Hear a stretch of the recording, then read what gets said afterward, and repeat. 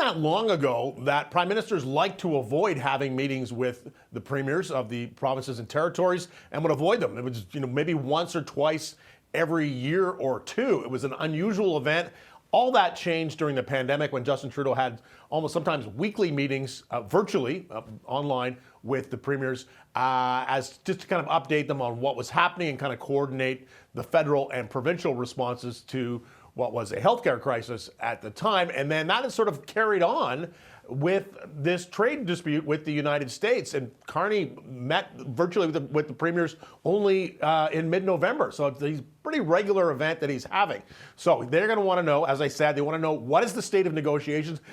Based on what we know publicly, we think those negotiations are essentially stalled right now, although there seems to be some conversations going on the back channel. But getting them rebooted again doesn't look like that's going to happen. Certainly not going to happen this calendar year.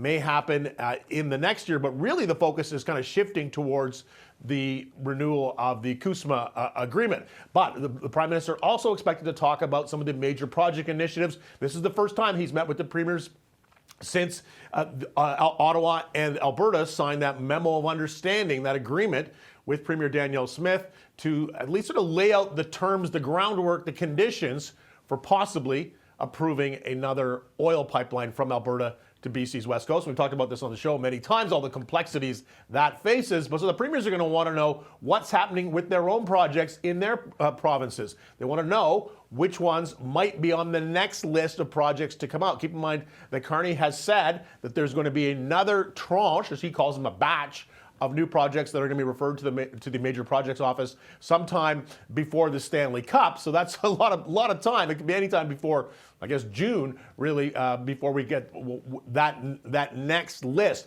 But all the premiers are going to be kind of lobbying a little bit with Carney, saying they want to see their pet projects fast-tracked. In addition to what Mark was talking about with the Ring of Fire, of course, Premier Ford wants to see the federal government get behind his plan to build tunnels under the 401 through Toronto, a multi-billion-dollar project, and seems to have really very few supporters here in Ottawa. Seems unlikely this is going to get approval from the federal government. But these are the kinds of conversations, Karen, that they're going to be having today here in Ottawa virtually.